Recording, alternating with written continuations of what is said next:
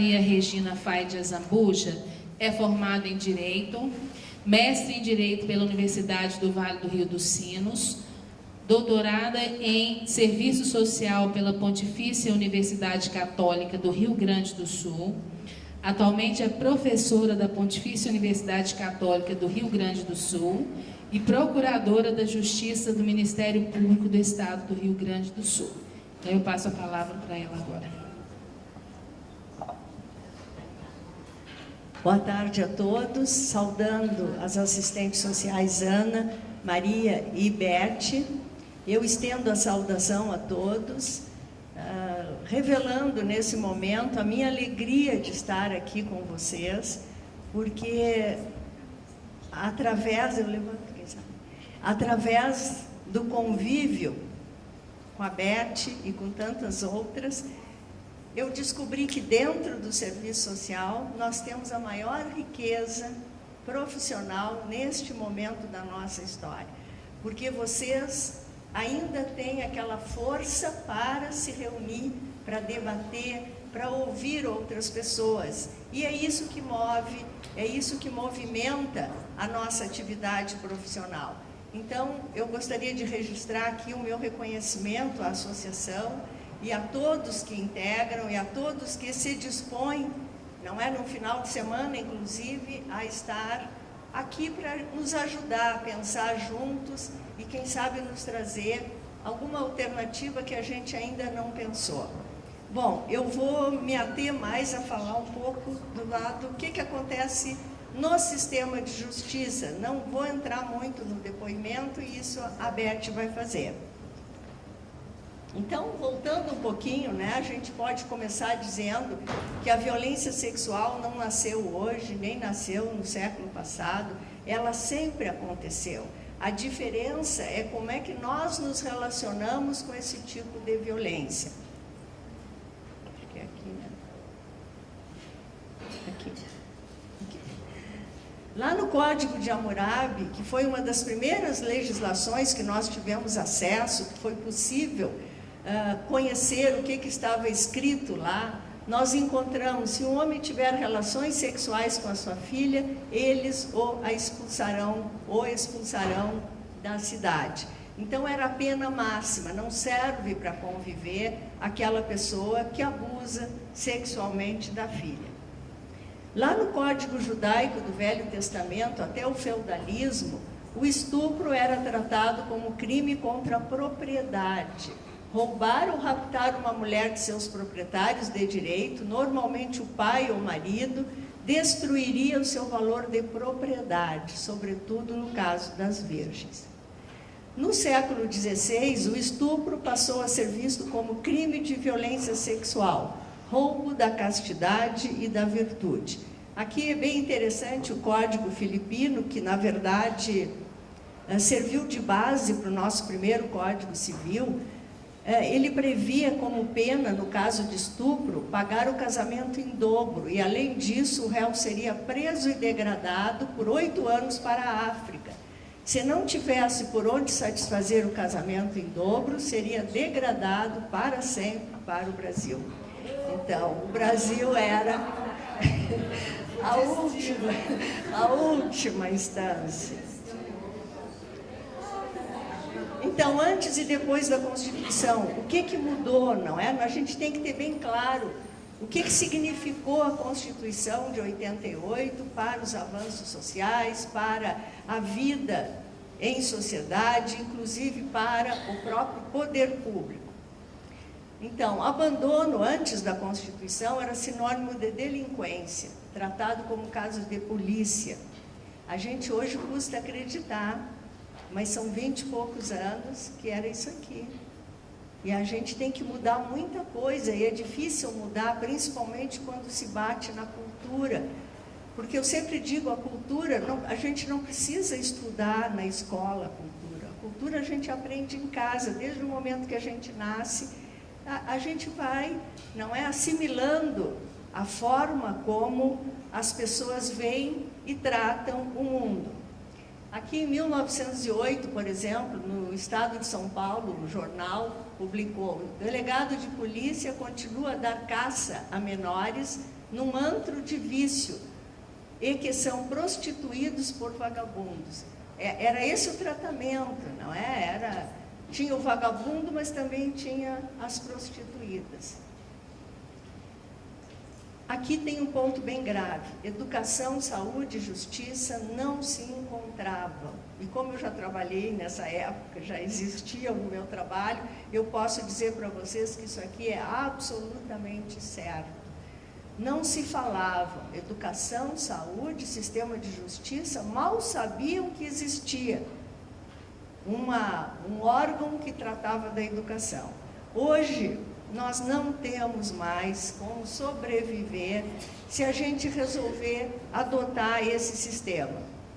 Situações de desrespeito e violência praticadas contra a criança costumavam permanecer encobertas e muitas vezes sequer eram identificadas como atos de violência. Isso aqui ainda existe hoje. A gente já avançou, a gente melhorou, mas ainda existe. Fortaleceu-se naquela época a cultura da institucionalização. Se a família era pobre, ela não servia para educar os seus filhos.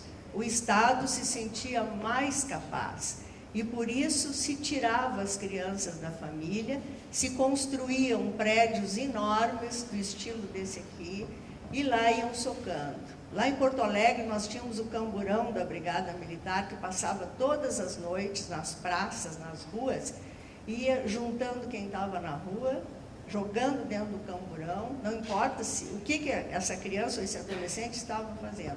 Chegava lá na velha FEBEM, abria a porta e jogava tudo aquilo para dentro, sem identificar, nenhum contato com família, nenhum programa para educar, para socializar esse grupo de crianças e adolescentes. Nesse tempo, em Porto Alegre, embaixo das marquises, nós tínhamos assim fileiras de crianças que dormiam na rua. Aqui também devia ser, porque era a cultura, as crianças não queriam ficar na FEBEM. E aí vem um detalhe importante: quando a FEBEM ficava superlotada, qual era a solução? Abriam a porta e deixavam a porta aberta 10 minutos, saía o excesso, fechava a porta. É isso que a nossa geração fez. Não é? Nós praticamos muitos estragos nas pessoas que hoje são adultas. Aqui é um acolhimento lá no Rio de Janeiro, em 1907. Olhem a imagem do monitor ali, se não assusta qualquer um, porque ele era o soldado, ele era o general ali. Depois, em 1961, aqui também a gente sofre de olhar essa imagem, né? Tem um filme que vocês já devem conhecer, O Contador de Histórias, né? Que mostra a nossa FEBEM, e cada vez que eu vejo esses meninos aqui, eu me lembro da FEBEM daquele tempo. Hoje um acolhimento é mais colorido, tem menos crianças, mas não é família. Não é família. Quando a gente entra no acolhimento, a pergunta que nós vamos ter que responder para essas crianças é: tu queres me adotar? Algumas começam assim: tu tens filhos? Eu já sei onde é que elas querem chegar. Que idade eles têm? Onde é que eles moram? Aí no fim vem a pergunta: tu não quer me adotar? E aqui eu vou perder uns minutos aqui mostrando essa imagem. Primeiro eu queria que vocês pudessem dar um nome para essa imagem. O que lembra essa imagem para vocês? É um menino que devia ter uns 8 anos, completamente sujo, dormindo com a cabeça direto no chão em agosto, o mês mais frio em Porto Alegre. Então, como é que a imprensa dava legenda para uma imagem de abandono? Problema antigo: a delinquência infantil continua sendo um dos maiores geradores de criminalidade. Aonde que está a delinquência nessa imagem? Só pode estar na família, na sociedade, no poder público. Mas naquela época, e não faz tanto tempo, era assim que se interpretava. Nosso conhecimento era muito curto, era muito comprometido no sentido de manter o Estado como ele estava, sem sofrer nenhuma chacoalhada, sem parar para pensar e olhar para essa criança. Bom, aí chegou a Constituição. E 2 anos depois, o Estatuto da Criança e do Adolescente.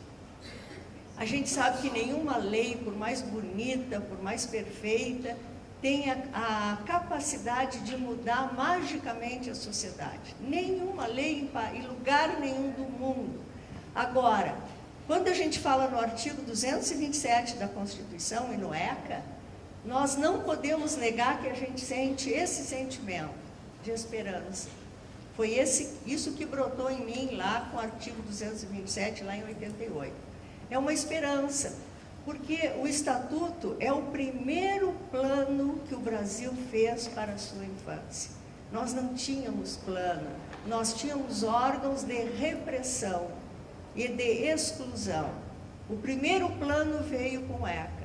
Só que a gente não consegue pôr esse plano totalmente em prática. E momentos como esse é que nos ajudam a pensar, nos ajudam a poder identificar alguma sintonia que nós precisamos.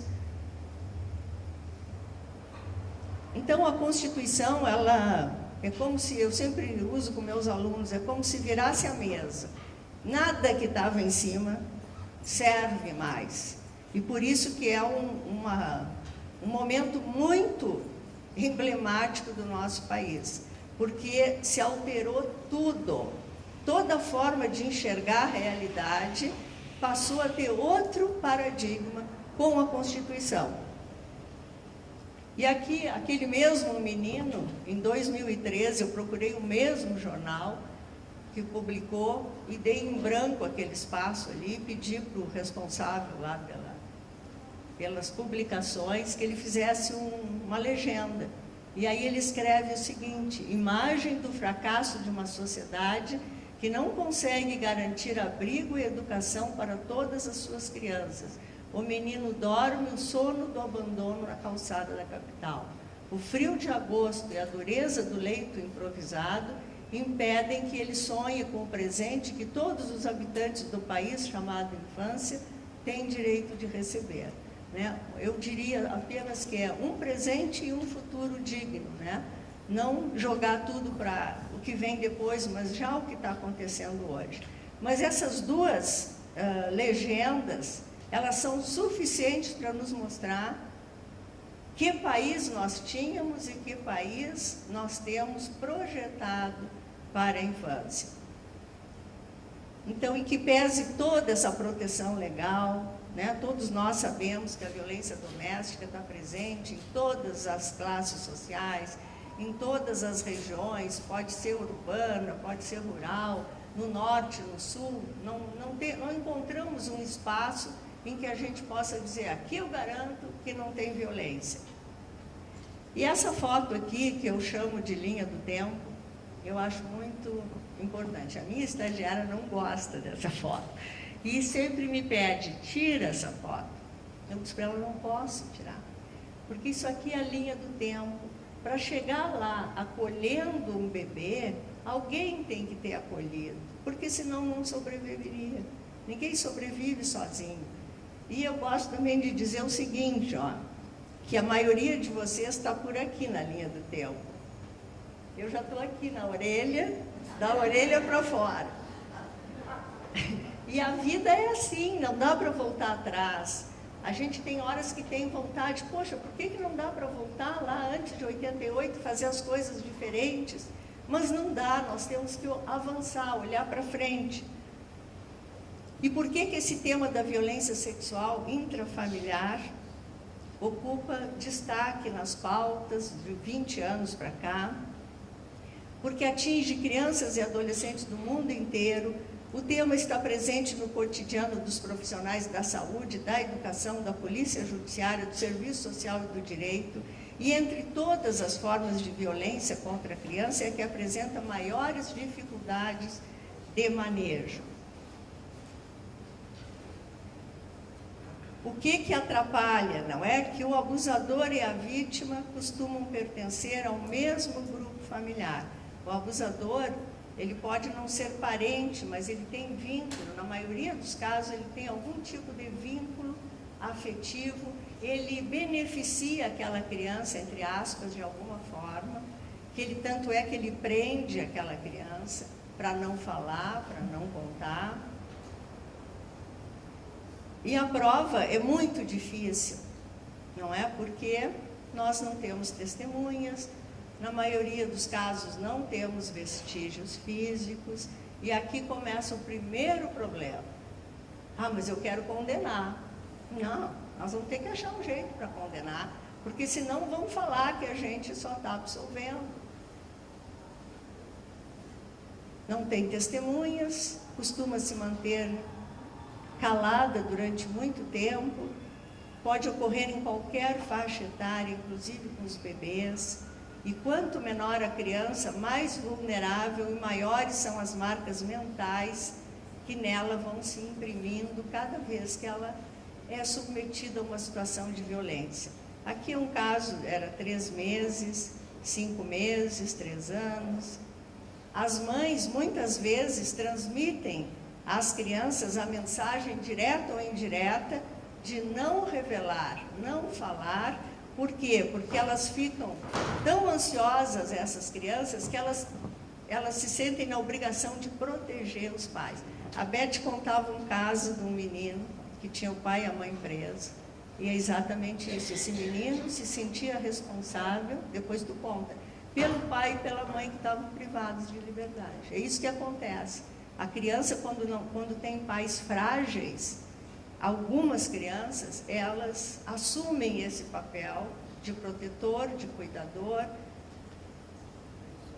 E por isso se tem essa tendência de manter o abuso, né, por vários anos. Sempre que a gente atende um caso de abuso, se começar a perguntar, vem alguma história do passado, da geração passada. Eu uma vez atendi uma mãe de classe média, que a filha de 5 anos tinha sido abusada pelo avô materno. E a mãe estava muito preocupada, entrou lá no meu gabinete, o que eu faço, como é que eu resolvo. E quando ela contava o que tinha acontecido, como é que ela ficou sabendo, ela desandou num choro. Depois que conseguiu falar, ela disse, agora eu estou me dando conta que tudo isso aconteceu comigo. E eu tinha esquecido, eu não conseguia traduzir isso em palavras. Não era uma pessoa sem educação formal, ela tinha inclusive curso superior, mas o mesmo abusador, né? O mesmo abusador, ninguém viu, ninguém pôde tomar nenhum tipo de atitude. Esse dado aqui não tem a ver com a violência sexual, mas eu acho que ele ilustra nos alerta para um fato muito importante. É um dado dos Estados Unidos, em um ano, 1.200 crianças foram assassinadas. Aí foi se fazer uma pesquisa sobre o que tinha acontecido com essas crianças e quem eram essas crianças. 60% já tinha passado por um programa de proteção. Então, ela passa, mas ninguém vê. Ela chega perto, se nós não tivermos uma capacitação permanente, não adianta fazer um curso e dizer que sabe tudo. Nós temos que constantemente estudar, ouvir outras pessoas, e 50% contava com menos de 1 ano. Ou seja, quanto menor a criança, todos nós sabemos, maior o risco. Bom, e aqui vamos chegar no sistema de justiça, não é? Da onde vêm esses encaminhamentos? Vem do Conselho Tutelar, da Delegacia de Polícia e cada vez mais das varas de família. Família. Família. Só que quando chega no sistema de justiça, esse processo, ele vai tomar 2 estradas, 2 rumos. O cível e o crime. Quem trabalha no cível, eu estou falando lá do meu estado, não conhece quem trabalha no cível, não conhece o do crime, e o crime não conhece o do cível. E estão pouco ligando se eles estão tratando com a mesma pessoa. Na esfera cível, vocês todos, eu estou repetindo aqui o que vocês já sabem, principalmente ações de destituição do poder familiar, nem sempre ajuizadas adequadamente, porque é mais fácil para nós ajuizar uma ação de destituição do que chamar aquela família, do que investir naquela família. Isso eu vejo lá diariamente, lá em Porto Alegre. Tem um modelo pronto, só troca ali o fato e toca para o juizado. E eu vou para casa, eu vou dormir, porque a criança vai para o acolhimento. Ações de guarda, suspensão de visitas e agora, cada vez mais, alienação parental. E o nosso drama é exatamente esse aqui. Como garantir o direito à convivência familiar, que está lá no 227, nos casos de suspeita ou confirmação de violência sexual praticado contra uma criança. Esse é o drama que eu carrego. O que a gente faz com esta criança? Normalmente já houve o afastamento da criança da família, porque é mais fácil, bota lá no acolhimento. Está presente o risco de ocorrer o afastamento da criança da sua família, se não foi ainda, tem o risco, e raramente o agressor é afastado. Até pode ter uma decisão judicial, mas na prática não acontece, porque ninguém fiscaliza, ele volta para o mesmo lugar. E quando o outro cônjuge, companheiro, é conivente com esse abuso, é que são as situações mais graves e que demoram mais para aparecer. E não havendo familiar apto, não é, a proteger essa criança, o caminho é o acolhimento familiar ou institucional. Aqui, em 2016, pelo Cadastro Nacional, nós tínhamos, no começo do março, 46 mil crianças vivendo em acolhimento institucional no Brasil. 46 mil. É uma cidade. Em Porto Alegre, agora no final de maio, nós tínhamos 5.295 no estado, e em Porto Alegre 1.400 e poucas crianças acolhidas. E o tempo de permanência da criança nesse programa vai depender da possibilidade da família natural, não é? Conseguir condições, ter o desejo de ter aquele filho de volta, está muito ligado com a rede de proteção, em saber usar a rede, em a rede estar qualificada, senão muitas vão ficar para sempre lá no acolhimento, com pouca chance de serem adotadas. Na esfera criminal, a Lei 12.015, não é, produziu uma mudança importante que substituiu a expressão crime contra os costumes para crime contra a dignidade sexual. Então, se a gente voltar lá no Código de Hammurabi, a gente vai vendo como é lento esse processo da gente mudar a cultura. E só assim a gente consegue mudar a lei. E essa lei, então, unificou os dois crimes, o estupro e o atentado violento ao pudor. O estupro, com a nova lei, em qualquer das suas modalidades, é crime hediondo, em que agrava mais, não é, a situação de prisão, impossibilita a liberdade, diferente de um caso que não é hediondo. O artigo 217-A, não é, trata de uma figura nova, que é o estupro de vulnerável. Ter conjunção carnal ou praticar outro ato libidinoso com menor de 14 anos, reclusão de 8 a 15. Também incorre na mesma pena os que por enfermidade ou deficiência não têm o necessário discernimento para a prática do ato, ou por qualquer outra razão não possa oferecer resistência. Agora tem o Estatuto da Pessoa com Deficiência, né? E lá diz o seguinte, no artigo 6º, a pessoa deficiente é plenamente capaz, inclusive para casar, para adotar, para ter a guarda de uma criança, para decidir quantos filhos ela quer ter. Então, esse novo tipo penal, além dos menores de 14, pega o enfermo e o deficiente. Ter conjunção carnal ou praticar ato libidinoso com menor de 14 anos é crime, independentemente da existência de violência ou grave ameaça. E essa violência, então, é sempre presumida. A relação de namoro, não é? Como é que os tribunais estão tratando isso, uma vez que as adolescentes começam a manter relações sexuais, às vezes, antes dos 14 anos. Então, o STJ reconhece, mesmo na relação afetiva, a existência do crime. Coloquei aí várias... Aquilo que o Dr. Saraiva fala da síndrome de Romeu e Julieta, eles reconhecem como crime. Porque Romeu e Julieta estavam cometendo crime, porque ele tinha 16 anos e 14.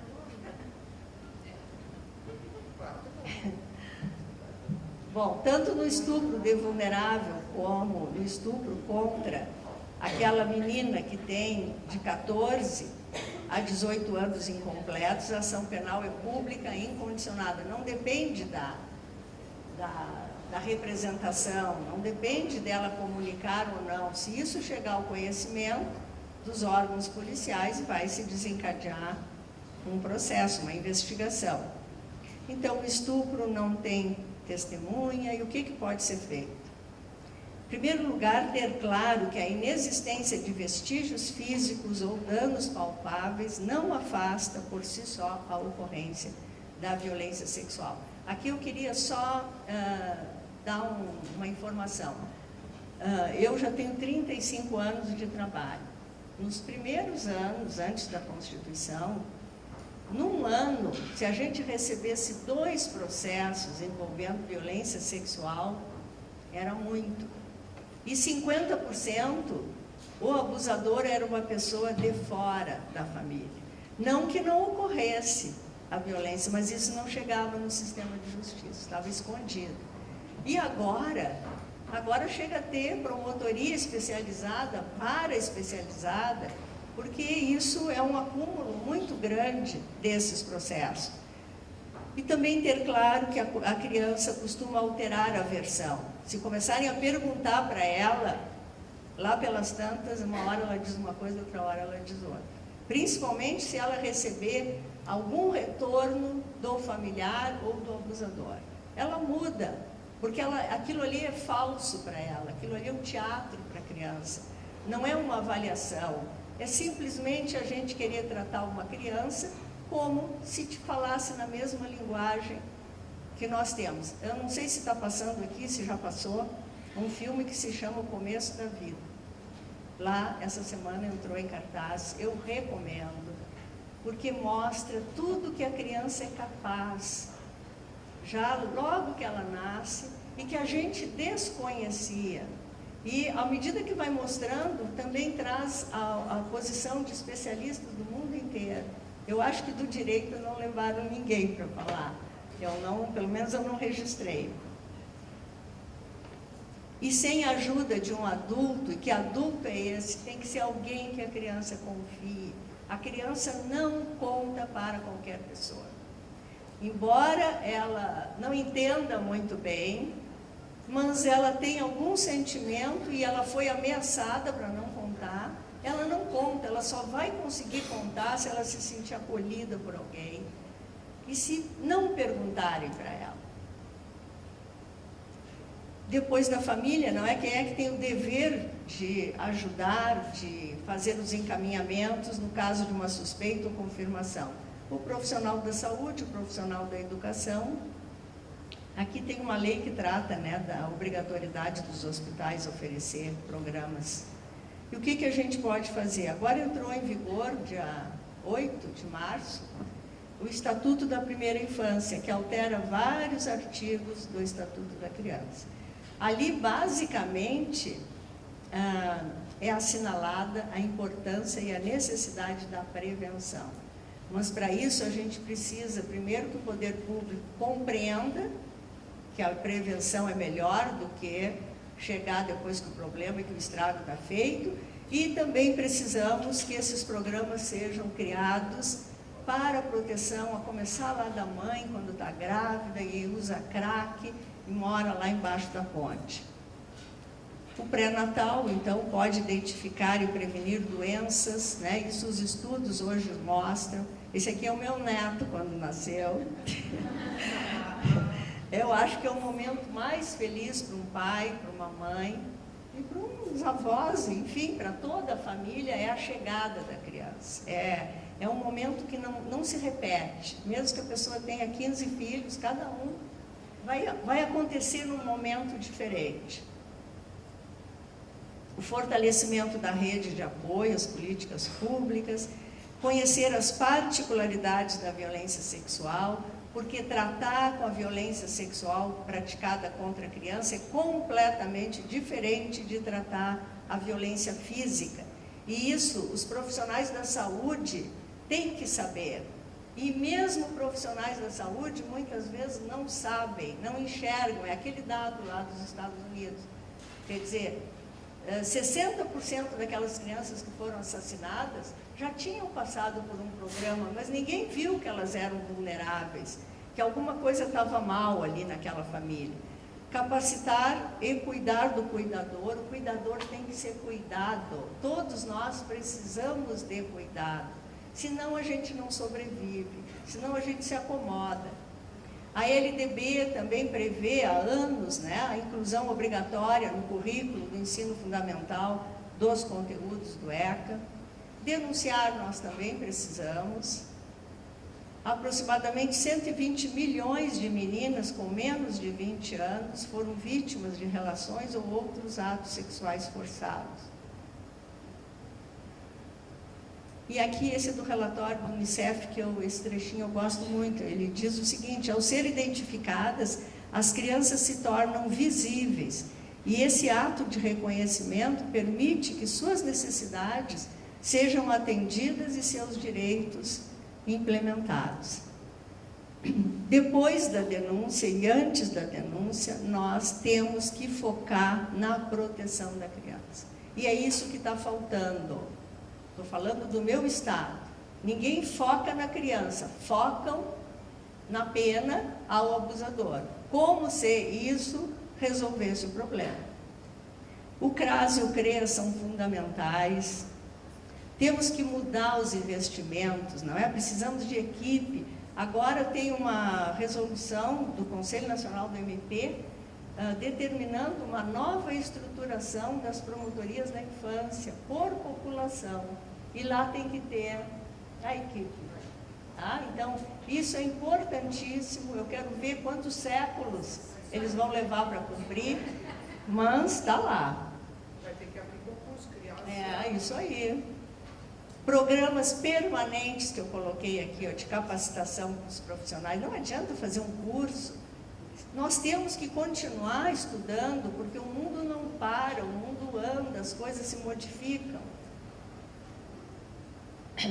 Também reconhecer que esse dano, esse sofrimento psíquico, que às vezes vai acompanhar a criança para o resto da vida, essa é uma prova da materialidade, que poderia ser buscada, mas não interessa buscar essa prova.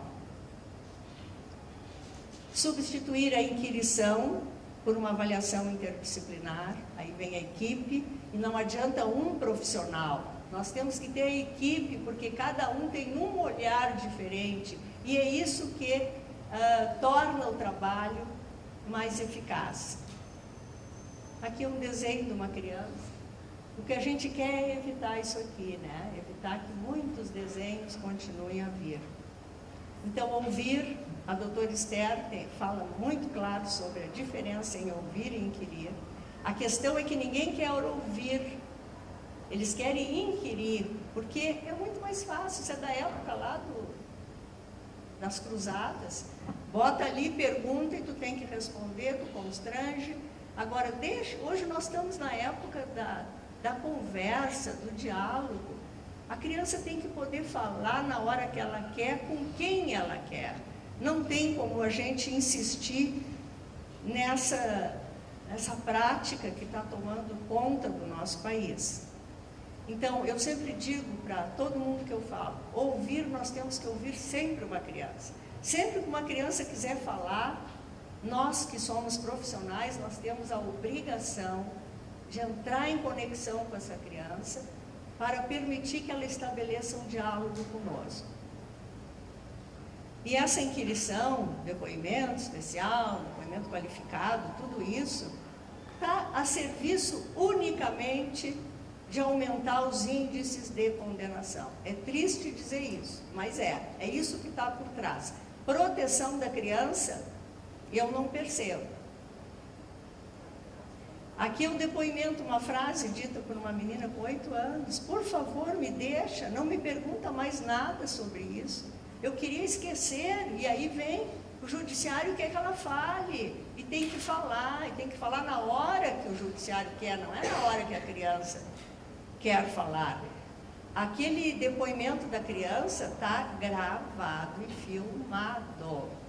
Isso vai para dentro do processo, e um CD, pelo que me disseram, não termina nunca, né? O papel vai terminar e o CD vai ficar. E aí, lá no tribunal, quando esse processo chega lá, tem 1000 estagiários, 1000 pessoas que, eu vou olhar esse CD aqui, ainda mais que é uma coisa, abuso sexual.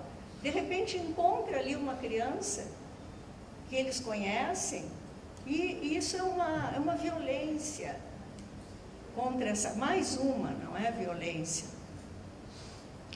Por que eu insisto na equipe interdisciplinar? Porque aí sim nós vamos poder trabalhar com a proteção da criança. Enquanto isso ficar na mão do judiciário, não vai ser possível proteger a criança. Eu lamento, mas é isso que eu vejo. Aqui na minha tese de doutorado, né, eu examinei 82 processos criminais lá do Estado. Em 81,71% dos casos não foi realizado estudo social com a família da vítima. Julgaram, mas não avaliaram como é que essa menina mora, como é que essa família vive, qual é a renda dessa família, como é que essa família está inserida lá naquele contexto. E aí o que acontece? A criança fez o depoimento e volta para aquele mesmo lugar, vai continuar tudo igual, a mãe vai trocar de companheiro e vão continuar dormindo todo mundo na mesma cama. 73,17% não houve avaliação psiquiátrica da criança, ou seja, a saúde mental não interessa. E por que o réu não é submetido? Por que a gente tem medo desse réu, desse abusador? Ninguém quer falar com ele, ninguém quer chegar perto dele. E aí vem estou terminando já essa pergunta. Na ótica da doutrina da proteção integral, a simples condenação do réu protege a criança? Ou é uma ação, um entendimento completamente ultrapassado, que vem vestido de avanço? Porque a pessoa que submete a criança a esse instrumento aí de colocar numa sala e ficar inquirindo, essa pessoa está agindo quase lá na época do Código de Hammurabi. É muito triste a gente dizer isso, mas porque se olhasse para a criança, se entendesse o que é uma criança, não faz. A pessoa que entende não consegue fazer.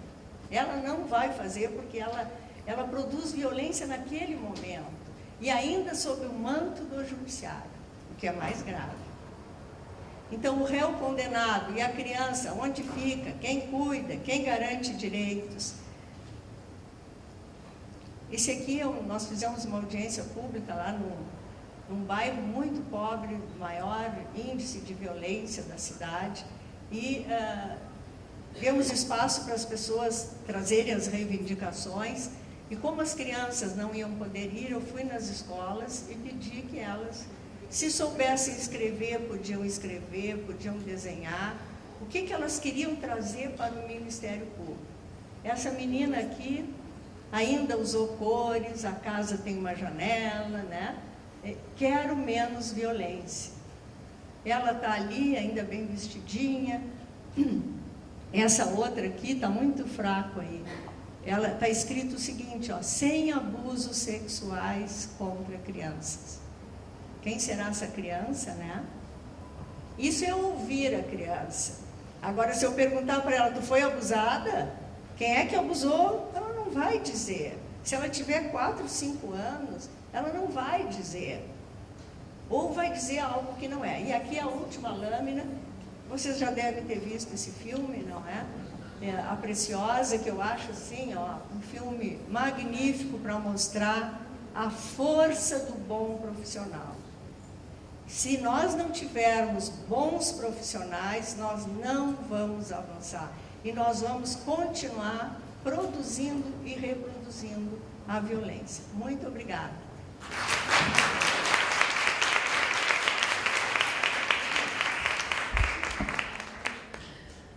Nós agradecemos a doutora Maria Regina pela contribuição que nos trouxe, e passamos a palavra agora para a assistente social Elizabeth Borgiani, que é mestre e doutora pela Pontifícia Universidade Católica de São Paulo. Atualmente é assistente social do Judiciário do Tribunal de Justiça do Estado de São Paulo e presidente da Associação dos Assistentes Sociais e Psicólogos do Tribunal de Justiça de São Paulo e da Associação Nacional de Assistentes Sociais e Psicólogos, do sócio jurídico. Bom, muito obrigada, Ana. Um prazer imenso estar nessa mesa com vocês, não só por estar na presença dos assistentes sociais, colegas mineiros e até de outros estados, que são muito atuantes, principalmente pela honra de estar com a doutora Maria Regina Faida Zambuja, que é uma procuradora de justiça ímpar, né, nesse país. É uma promotora, uma procuradora que vem se interessando pelo tema dos direitos da criança e da proteção da criança há muitos anos, e que se aproximou do serviço social, fez seu doutorado em serviço social, por reconhecer nessa área, uma área de construção de conhecimento e de intervenções que tinham a ver com questões que ela acredita, ela sempre nos diz isso. Então, para nós do serviço social brasileiro é uma honra isso, não é? Uma profissional do gabarito dela, do direito, ter essa aproximação conosco, e por todas as pesquisas que ela faz. Eu queria dizer também para vocês da importância do Simpósio Mineiro ter feito essa mesa, não é? Com esse tema tão importante hoje no Brasil. Mas primeiro eu queria saber, aqui não tem só colegas do Tribunal de Justiça, né? Tem alguém que é de CREAS, de CRAS? Muito bem. Sistema prisional? Bem. Conselho tutelar? Medida socioeducativa? Acolhimento familiar? Então, saúde mental? Certo. Ministério Público? Defensoria, alguém? Então, eu acho que é importante, talvez, como nós temos colegas que não são do tribunal, a gente esclarecer um pouco também o que é o depoimento sem dano. Nem todos sabem, né? A gente às vezes acha que sabe. Então, o depoimento sem dano é uma forma que foi desenvolvida a partir de 2002, 2003, no Rio Grande do Sul, por um juiz e uma promotora, para tentar minimizar os efeitos da inquirição de uma criança que é possivelmente vítima de abuso sexual dentro do judiciário, minimizar a sua exposição ao sistema de justiça, porque pelas normas do Código de Processo Penal, porque isso é um momento de colheita de prova, tá? Veja bem, não é um procedimento que ocorre na vara de infância, que é a vara protetiva da criança. É vara criminal, porque está se tentando colher a prova para responsabilizar criminalmente o possível abusador.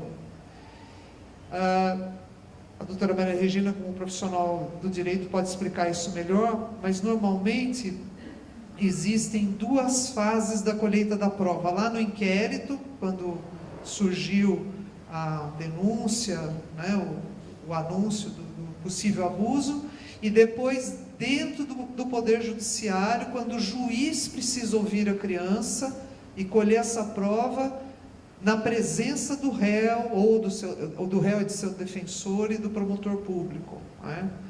Então, esse juiz e essa promotora do Sul entenderam que se podia acolher essa prova de uma forma diferente daquela sala fria do juiz, que a criança fica ali exposta a todos e à presença do réu. Então, que se cria uma sala apartada da sala de audiências, onde a criança vai lá para dentro dessa sala, normalmente uma sala preparada com brinquedos, com elementos lúdicos, e aí um técnico, assistente social ou psicólogo, faz as perguntas para a criança. Isso tudo é gravado e assistido online, né, na outra sala onde está o juiz, o réu, o seu defensor e o promotor público. E o juiz vai ditando as perguntas para o assistente social ou para o psicólogo, as perguntas que ele deve fazer para a criança. Tá? É isso que se chama o depoimento sem dano. Inicialmente era através de um ponto no ouvido que o juiz ditava. Agora, em alguns lugares, eles recuaram do ponto, por tanta resistência que nós estamos fazendo contra tudo isso. E agora o juiz pode fazer a pergunta até pelo computador. Tem o computador dentro da salinha e a assistente social ou a psicóloga vai lendo a pergunta e vai traduzindo para a criança as perguntas que são feitas, numa linguagem que a criança possa entender. Essa é a ideia. Então, se você olha para a ideia, ela é muito atrativa, né? Pode mesmo ser uma coisa interessante tirar a criança ali da sala do juiz, tão fria, dos fóruns, e de não expô-la mais, e deixar que um terceiro faça essas perguntas. Só que, quando você vai a fundo, o que nós temos percebido nesses anos todos de estudos que temos, esta modalidade, embora tenha essa aparência de protetiva, ela pode ser efetivamente violadora de direitos, sim, da criança, e eu vou explicar por quê, e altamente violadora das atribuições de psicólogos e de assistentes sociais, altamente violadora. E eu não sou da área do direito, muito menos do direito criminal, mas eu intuo que também haja violações de direitos do próprio réu, com o uso dessas salas em algumas situações. Eu não sei dizer, a doutora Maria Regina pode dizer, uma vez conversando com um advogado, ele disse, dependendo da forma como se faça ali, o réu não está tendo realmente o direito de defesa, enfim. Desde que essa modalidade, essa técnica, essa metodologia, não sei que nome dá, surgiu, a ideia lá no Rio Grande do Sul, que inicialmente era uma tese acadêmica da doutora Veleda Dobke, daquela promotora, e que o doutor Daltoé, o juiz, encampou, achou muito interessante, mas desde que eles começaram a pensar nisso e que houve essa notícia, o Serviço Social Brasileiro, através do Cefes, já ficou muito em alerta, né? Nós temos todos os documentos desde aquele momento. Então, nós estamos falando, gente, 2002, 2013, são 14, 13 anos. Hoje de manhã, antes de vir para cá, eu estava pensando que rumo eu dou para essa conversa, né? Porque é tanta coisa. São 13 anos estudando e resistindo e tentando mostrar para os profissionais do direito, para magistrados, para promotores, para defensores, para quem participa do sistema de justiça, dos riscos que isso tem, para o próprio CNJ, não é? E nunca fomos efetivamente ouvidos. Mas vocês precisam saber que o Cefes, desde a primeira hora, os assistentes sociais brasileiros quiseram entender isso a fundo, e foram a fundo, e hoje, mais recentemente, os psicólogos também, não é? O que a gente percebe aí? Eu quero fazer uma reflexão aqui com vocês, que pode parecer um pouco abstrata, mas vocês vão entender até por causa da conjuntura, não é? Por que será que técnicos que trabalham com crianças e que estão recorrentemente dizendo, cuidado, isso pode ser violador de direitos, nos ouçam. Fomos ao Conanda, fomos em todo lugar. E por que isso caminhou, continuou caminhando? Não é? Quantos documentos foram escritos, quantos textos, quantos trabalhos acadêmicos foram escritos, a própria tese da doutora Maria Regina, os trabalhos da psiquiatra doutora Maria Helena Mariante Ferreira, maravilhosos, sobre memória e trauma da criança, mostrando os danos que é ficar extorquindo essa verdade da criança que ela não pode reproduzir. Enfim, por que isso avançou nesses 13 anos? Como é que é possível isso? Se 2 áreas do conhecimento, ou 3, serviço social, psicologia, psiquiatria infantil, estão dizendo, calma, isso não é assim, por que avançou? Não é? Hoje de manhã eu estava pensando, eu falei, existe pensa bem, esses 13 anos no Brasil, no mundo também, mas no Brasil, foram os 13 anos de uma regressão na real atenção àquilo que a criança precisa, mas ao mesmo tempo, os 13 anos onde a aparência de que estava se fazendo algo foi a mais forte. Leis que surgiram, recomendações, resoluções, não é? Ou seja, aquilo que Marx e Lukács dizem, que a justiça e o direito no mundo da sociedade burguesa, eles são um campo de extremas contradições. O direito não é algo na sociedade burguesa que resolve os problemas. Ele dá sustentação a uma sociedade que produz desigualdade. Então, ele é algo que é o pilar de uma sociedade que produz injustiças. Só que ele tem que aparecer para a sociedade, a sua imagem projetada tem que ser de que está tudo bem, de que a justiça se fez, de que as regras foram cumpridas. Me entende? É uma reificação, uma alienação que o direito projeta, ao mesmo tempo que ele sim garante alguns direitos que as pessoas têm. Ele tem essa dupla face, o direito, não é? E ao mesmo tempo que ele revela, ele esconde.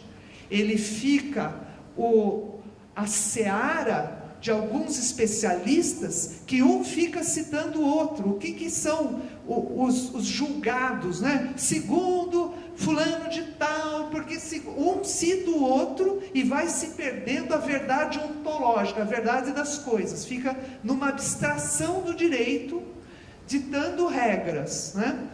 Talvez esses últimos 13 anos, e agora, se a gente olhar o processo do impeachment da presidente Dilma como exemplo, essa aparência do direito, essa estrutura jurídico-política reificada, que parece que você cumpriu o direito, ficou claro para nós, não é?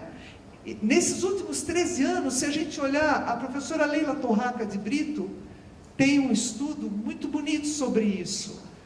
A quantidade das chamada soft law, a lei branda, que não é lei, são recomendações, resoluções internacionais, nacionais, mas que não são leis, mas que daqui a pouco elas se transformam em leis, né?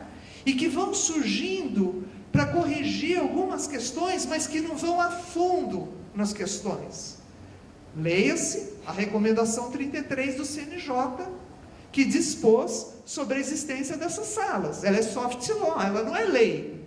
E eles, nesses 13 anos, esse conjunto de juristas ou pessoas interessadas em fazer passar essa metodologia como uma política pública, aí já não é mais como tese acadêmica, porque enquanto está lá com uma tese acadêmica, que está assim, agora não, como disse a doutora Maria Regina, é obrigação, virou política pública. Desde que existiu a recomendação 33 do CNJ, todos os tribunais tiveram que se enquadrar aí, não é? E dizem, a partir da recomendação 33 nós podemos fazer, porque antes eles não tinham a lei, eles continuam não tendo a lei. Portanto, doutora Maria Regina, é um procedimento inconstitucional, porque se é, eu não sou jurista, mas se nós sabemos disso, se é momento de colheita de prova, isso tem que ser regulado por lei federal, que seria o Código de Processo Penal, né, o momento da colheita de prova. Então, eles estão fazendo algo inconstitucionalmente, e ainda usando depoimento de criança, que é algo tão frágil para condenar alguém, não é? Só que agora eles vão corrigir isso, porque eles estão lançando uma lei, que depois eu vou falar. Eles vão corrigir a falta da lei, eles estão avançando. Mas, enfim, o que nós, assistentes sociais e psicólogos, fomos percebendo ao longo desses anos? Que isso passa, então, dentro dessa forma como o direito vem se configurando, mais como aparência do que realmente, efetivamente, contribuindo para que os processos sejam processos emancipatórios, que as pessoas, isso que a doutora Maria Regina colocou, essas questões não se resolvem no âmbito do judiciário, é óbvio que não. Nós, assistentes sociais e psicólogos, sabemos que é na atenção a essa família, nos estudos profundos do que está acontecendo, se esse abuso está sendo recorrente. Não adianta só prender esse sujeito, porque daqui 14 anos, 15 anos, quando ele sair, se ele é realmente um comportamento abusador, ele vai reproduzir isso com nova família que ele constituir. Então não basta a prisão, nós sabemos disso, não é? E estamos dizendo isso. Estamos dizendo que a criança, mesmo que seja escutada só por 2 vezes, isso é revitimizante. Quando se quer extorquir a verdade dela e não simplesmente deixá-la falar. E essa metodologia, não se engane, nós temos provas, tem chegado para nós coisas horríveis que estão acontecendo nessas salas, tipo, a primeira inquirição que houve em São Paulo na sala, durou 4 horas com a menininha. Eles só interromperam quando a menininha confirmou que o senhor lá tinha passado a mão na perninha dela. 4 horas até a menina falar isso. Aí acaba, muito bem, muito obrigado. Outra coisa que nós percebemos, como a lei permite isso, as crianças estão sendo trazidas em São Paulo na coercitivamente, mesmo ela não querendo falar, o abuso não aconteceu, foi só uma tentativa. Há 1 ano atrás, a menininha tinha 8 anos, não aconteceu, chegaram pessoas e a pessoa não conseguiu consumar nada com ela, então tinha testemunhas, o rapaz foi preso em flagrante. 1 ano depois, o MP pede a oitiva desta criança, a inquirição dessa criança, e o réu preso. Aí a equipe fala para o juiz, você não precisa fazer isso, deixa a equipe ouvi-la, vamos chamar a menina, vamos conversar com ela, o Serviço Social e Psicologia. O juiz concede, a equipe escreve para a menina, para ela vir, ela diz, não quero, para mim está tudo bem, ela já tem 9 anos, não aconteceu nada, está tudo bem. E o promotor pede a coercitiva, e o juiz defere a coercitiva, e ela vem na coercitiva e é colocada dentro da salinha. Tá? Então, veja, perguntas absurdas sendo feitas para que o psicólogo traduza para a criança, tipo, a senhora pergunte à criança se o pênis estava ereto ou estava flácido. Tá? A outra colega me contou que o magistrado chegou para ela e falou assim, a senhora sabe, a senhora como psicóloga sabe, que as crianças só entendem as coisas no concreto. Então a senhora simule o vai e vem, pergunte para ela se houve o vai e vem. Tá? E outras coisas que eu não vou repetir aqui, que são escabrosas. Então, não é verdade que é não revitimizante ou é sem dano. Não é verdade. Doutora Maria Dinaíra Costa, uma grande advogada do Sul, que foi presidente da Comissão dos Direitos da Criança e do Adolescente lá no Rio Grande do Sul, da OAB, presenciou e nos fez um parecer, que nós pedimos o parecer dela, presenciou uma oitiva dessa da criança, e disse que ficou abarbada, porque era uma menina de uns 12, 13 anos, e que era perguntada, e a menina ia torcendo a própria orelha, angustiada que ela não queria falar, e torcia a orelha, e todo mundo, e ainda as perguntas, E ela, a doutora Maria Dinair, querendo interromper tudo aquilo e ninguém interrompeu, né? Então veja, o que a doutora Maria Regina falou é muito importante. Uma coisa é ouvir, outra é inquirir. Ouvir é proteger. Quando a criança quer falar e criar situações, e é isso que nós fazemos nos nossos estudos, seja num CREAS, seja num hospital, seja no Conselho Tutelar, seja no Tribunal de Justiça, nós somos profissionais preparados para ouvir o silêncio da criança. Não é verdade? Às vezes o silêncio nos diz mais. E nós sabemos que a criança pode não revelar nada de concreto daquilo que a justiça precisa. E ela, como diz a doutora Maria Helena Mariante, ela nos mostra os anticorpos que desenvolveu contra o abuso. E a gente tem que saber ler isso, não é? Mas isso demanda estudo. E essa justiça que está aí, que eu chamo de uma justiça instrumental, e que tem que cumprir processo, e tem que fazer o processo andar, porque o juiz tem que cumprir a meta 2 do CNJ, porque ele é avaliado pelo CNJ, pelo Conselho Nacional de Justiça, pelo número de processos arquivados. A meta 2 eu traduzo como meta burra, imbecil, porque se o juiz tiver que ser avaliado por número de processos arquivados, na infância, na vara de infância, é um furo. Por exemplo, se a criança está num abrigo, num acolhimento, não pode deixar o processo arquivado, porque se arquivar o processo, é esquecida a criança no abrigo. Ela só sai de lá pela mão de um juiz, não é? Então, a meta 2 do CNJ é uma meta burra, para quem trabalha na infância. Ou seja, nós temos um tempo para trabalhar esses casos, que não é o tempo da justiça hoje que tem que andar. Só que, aí respondendo a pergunta que eu mesma fiz, por que isso andou tanto? Virou a menina dos olhos do CNJ, do Judiciário e de algumas ONGs. Porque é óbvio, faz o processo andar, não é? Porque basta a criança dizer alguma coisa dentro da salinha que resolveu. O que vai acontecer com ela depois, como se me lixa, não interessa para mim, não é? Para essa justiça instrumental e que só quer a aparência das coisas, e que nós no cotidiano percebemos muito bem isso. Para eles basta a aparência, resolveu a aparência, está tudo certo, a sociedade não vai me cobrar. E outra, os estudos estão mostrando que onde entra o chamado depoimento sem dano, depoimento especial, escuta protetiva, escuta carinhosa, em cada lugar tem um nome, essa coisa, que é uma coisa, vai se prescindindo e se abrindo mão dos estudos dos assistentes sociais e dos psicólogos. A justiça não quer mais. Demora, o assistente social demora para entregar o laudo, porque tem que fazer tantas entrevistas, porque tem que ir na casa, porque tem que ir na escola, porque tem que entender a família extensa, o padrasto, quem é. Não, a salinha é muito melhor, é muito mais rápido. E mais grave, pessoal. Colegas nossos, às vezes, chegam para nós e falam: Beth, lá na associação, eu prefiro a salinha, porque eu estou assim de processo, eu estou com 60 processos na minha mesa. Se eu entro na salinha, fico lá 2, 3, 4, 5 horas com a criança, eu não preciso fazer o estudo.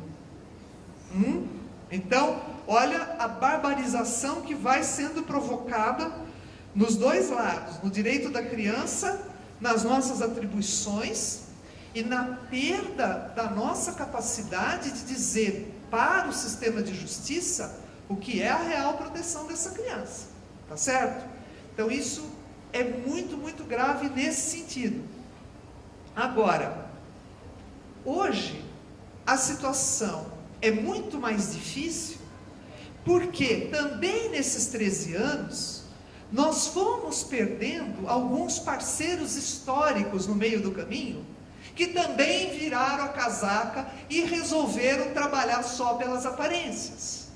Por exemplo, uma ONG, uma organização que nem a ONG, uma organização importantíssima como foi a Unicef.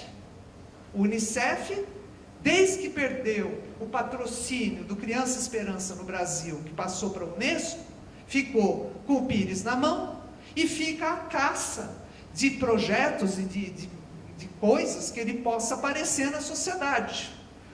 Aí somou, levou água ao moinho também do depoimento sem dano, porque imagina Que maravilha, é protetivo, né? As salas, enfim. As ONGs ou os CIPs que vendem as capacitações dos profissionais para essas salas, também ganham o seu quinhão. E que quinhão! Os que vendem a aparelhagem e a montagem da sala, também ganham o seu quinhão. E que quinhão! Quando você hoje entra no site da Childhood, que é uma organização de defesa dos direitos da criança, entra lá, aquela organização que é da Rainha Silvia da Suécia, que tem no Brasil e em vários países. Eles dizem, já são 150 salas no Brasil, nesses poucos anos. E nós sabemos, por informação direta do Ministério da Justiça, que cada sala dessa custou R$35 mil para implantar. Então, são 5 milhões de reais de dinheiro público que foram para isso. O capital girou, os interesses de muita gente estão postos aí. Não estou dizendo que as pessoas estão ganhando ilicitamente, não estou fazendo essa acusação, senão amanhã posso ser presa ou ter um processo administrativo, porque agora é moda, você não pode falar. Em São Paulo aconteceu um fato desse, que eu relato aqui. Houve uma audiência pública sobre esse tema, puxada pela Defensoria Pública de São Paulo, no município de São Paulo. Na plateia havia servidores públicos, era num sábado, nem era no ambiente de trabalho das pessoas, era lá na Defensoria Pública, e um servidor público fez uma crítica pública a essa metodologia e usou palavras um pouco fortes, precisamos sabotar, palavras desse tipo que a gente fala na hora da emoção.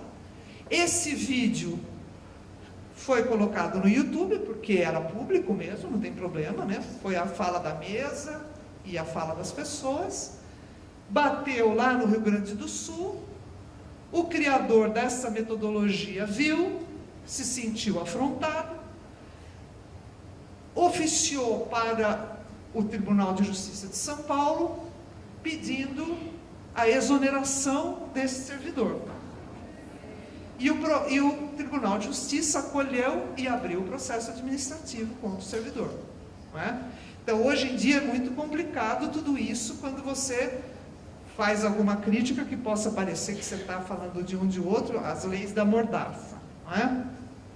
Então, veja como há um interesse muito forte que essa coisa passe, só que os que operam com os direitos da criança, que estão ali no cotidiano, sabem o perigo que é isso. Vou falar rapidamente, porque o meu tempo deve estar acabando, Ana?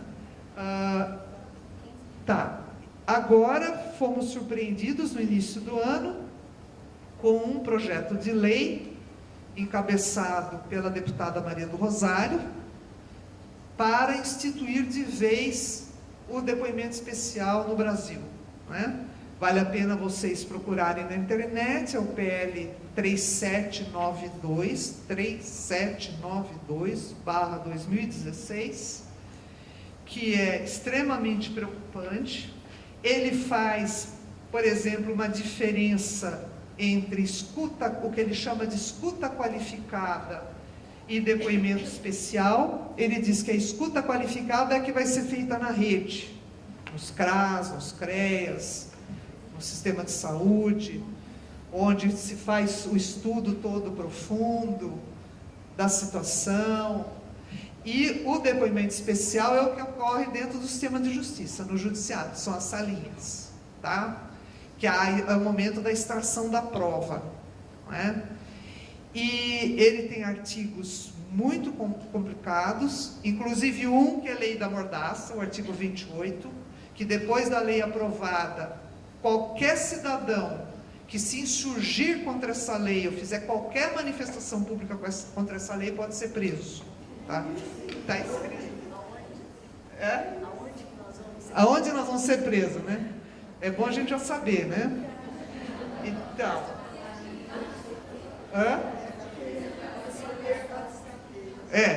haja cadeia, Então é muito preocupante. E veja só, é mais uma pessoa que foi militante dos direitos da criança e dos direitos humanos, deputada Maria do Rosário, do PT, né? Foi secretária de Direitos Humanos.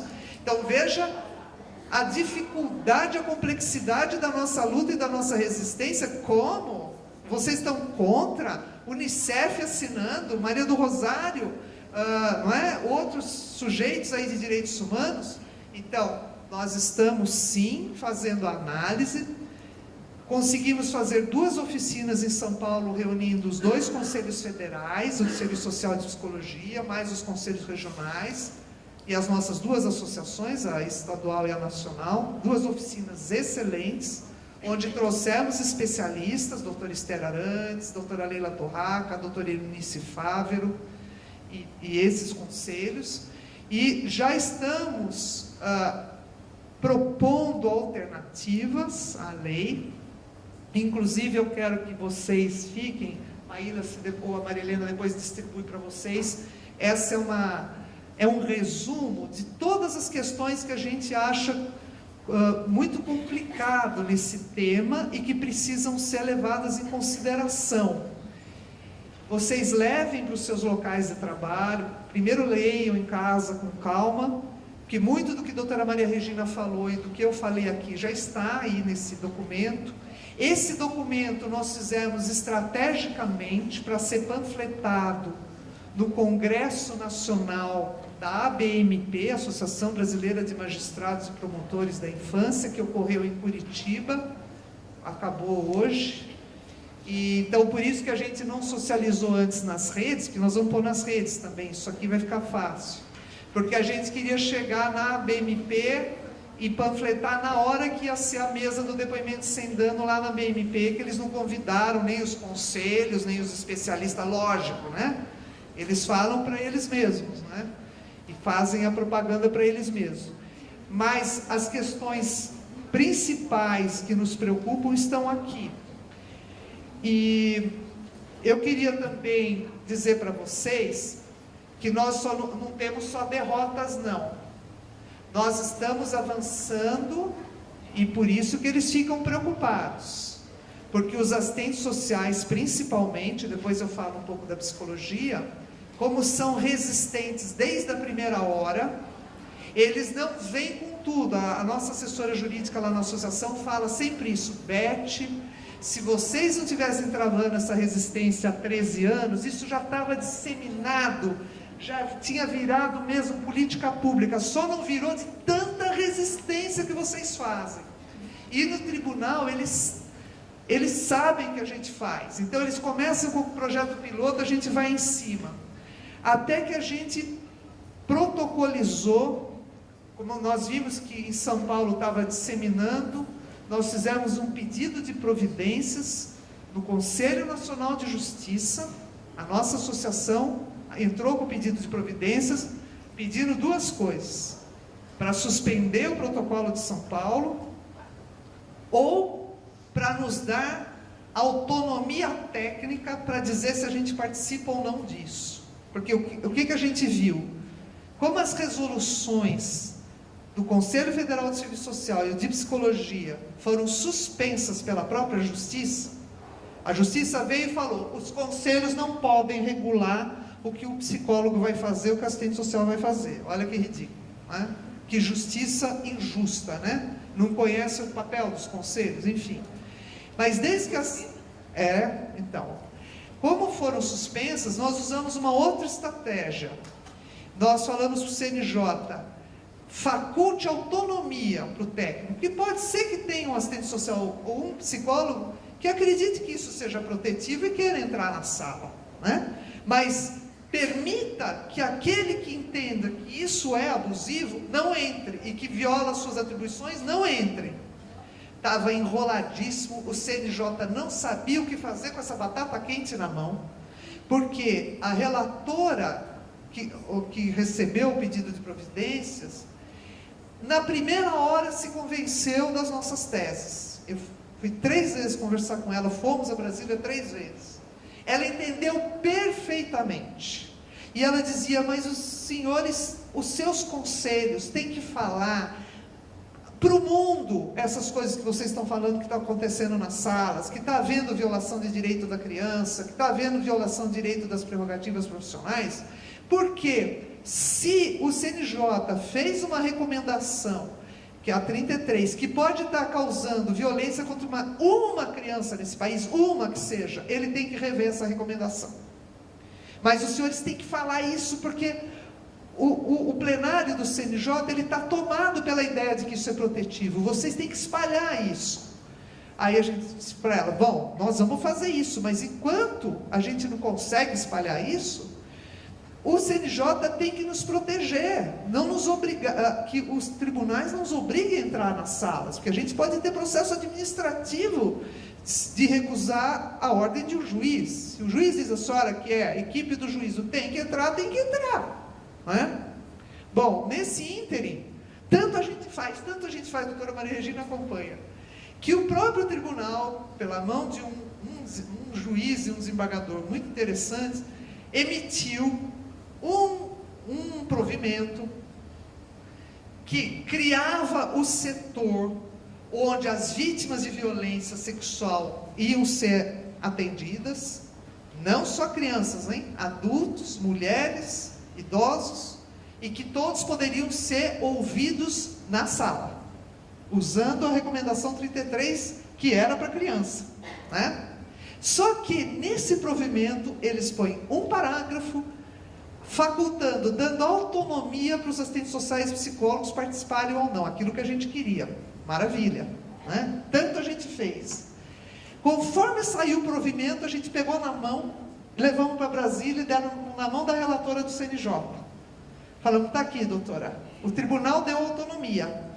Aí ela falou, bom, isso é uma maravilha, porque ela estava emparedada, ela não sabia o que fazer. Com isso eu posso extinguir o feito, porque por perda de objeto, se vocês queriam autonomia, foi dada, e eu reafirmo a autonomia no meu voto monocrático, na minha decisão monocrática.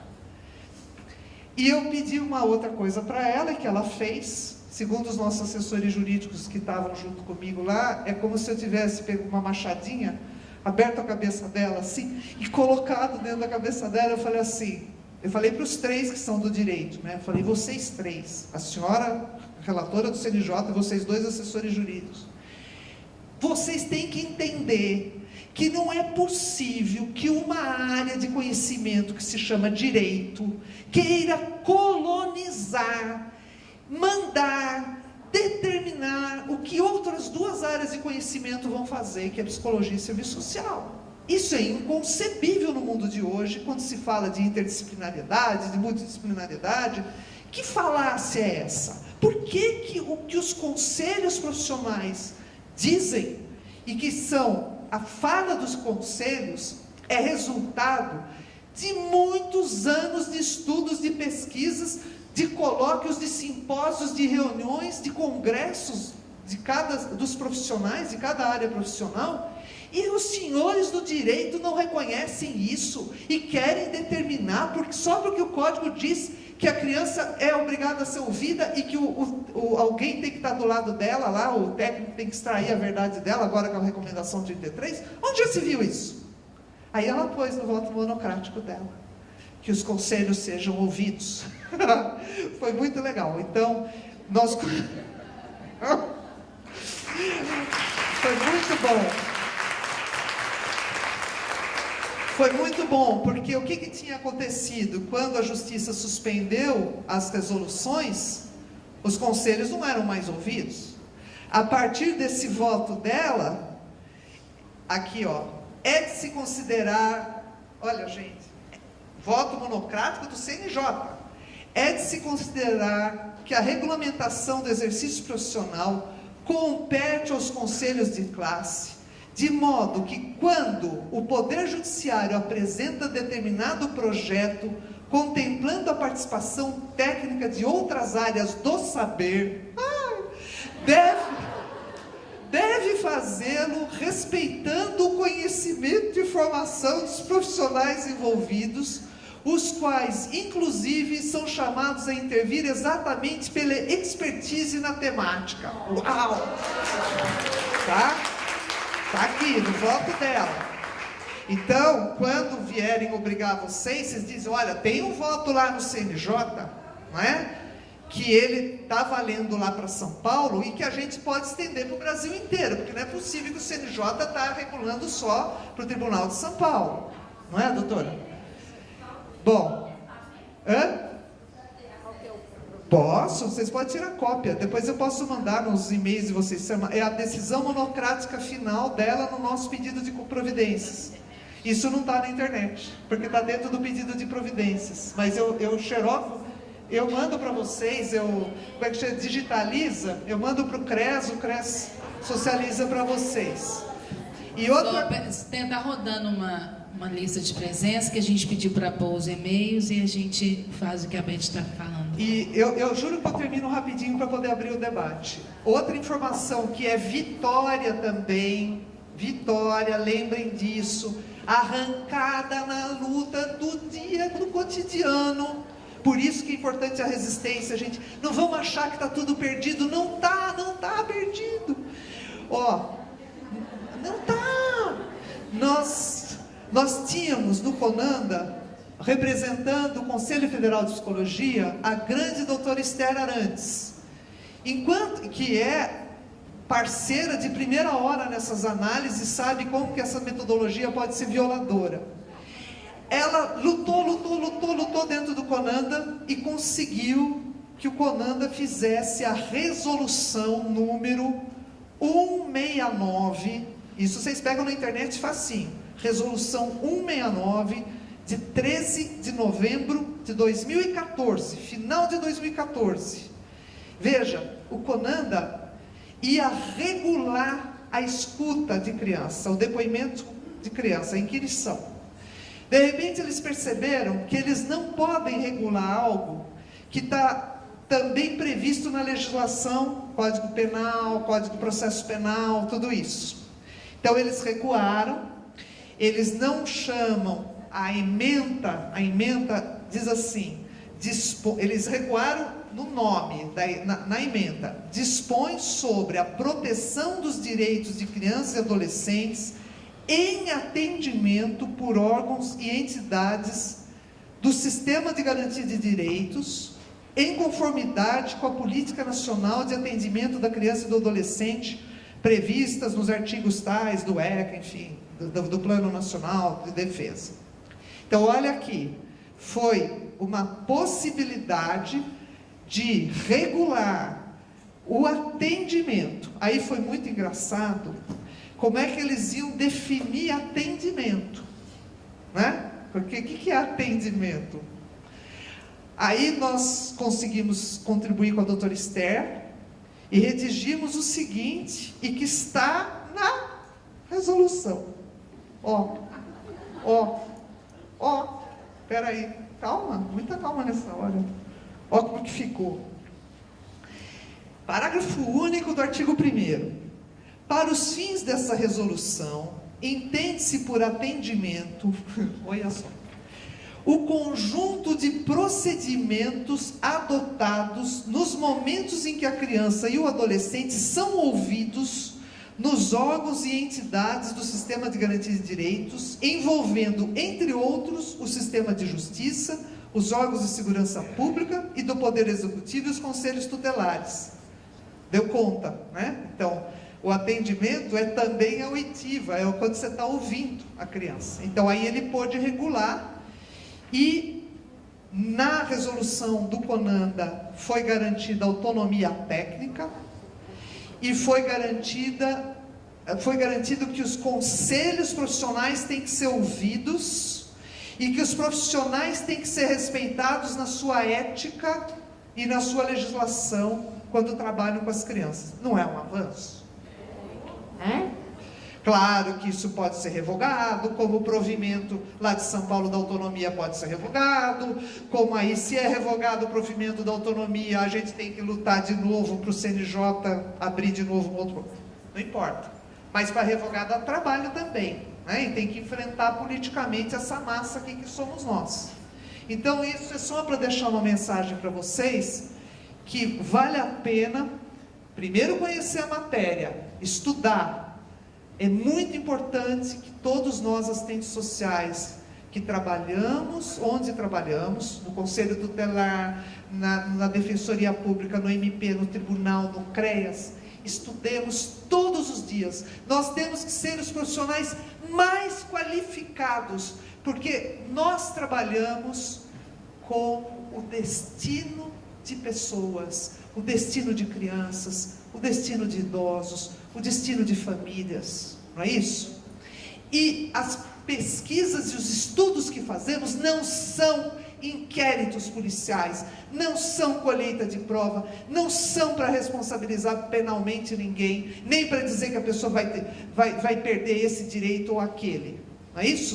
Os nossos estudos visam sempre a proteção de direitos, inclusive do réu, né? Inclusive do réu. Mesmo que essa sociedade esteja numa conjuntura de uma absurda sanha punitiva, né?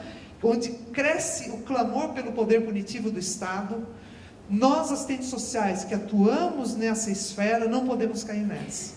Temos que ter muito cuidado com isso. Obrigado.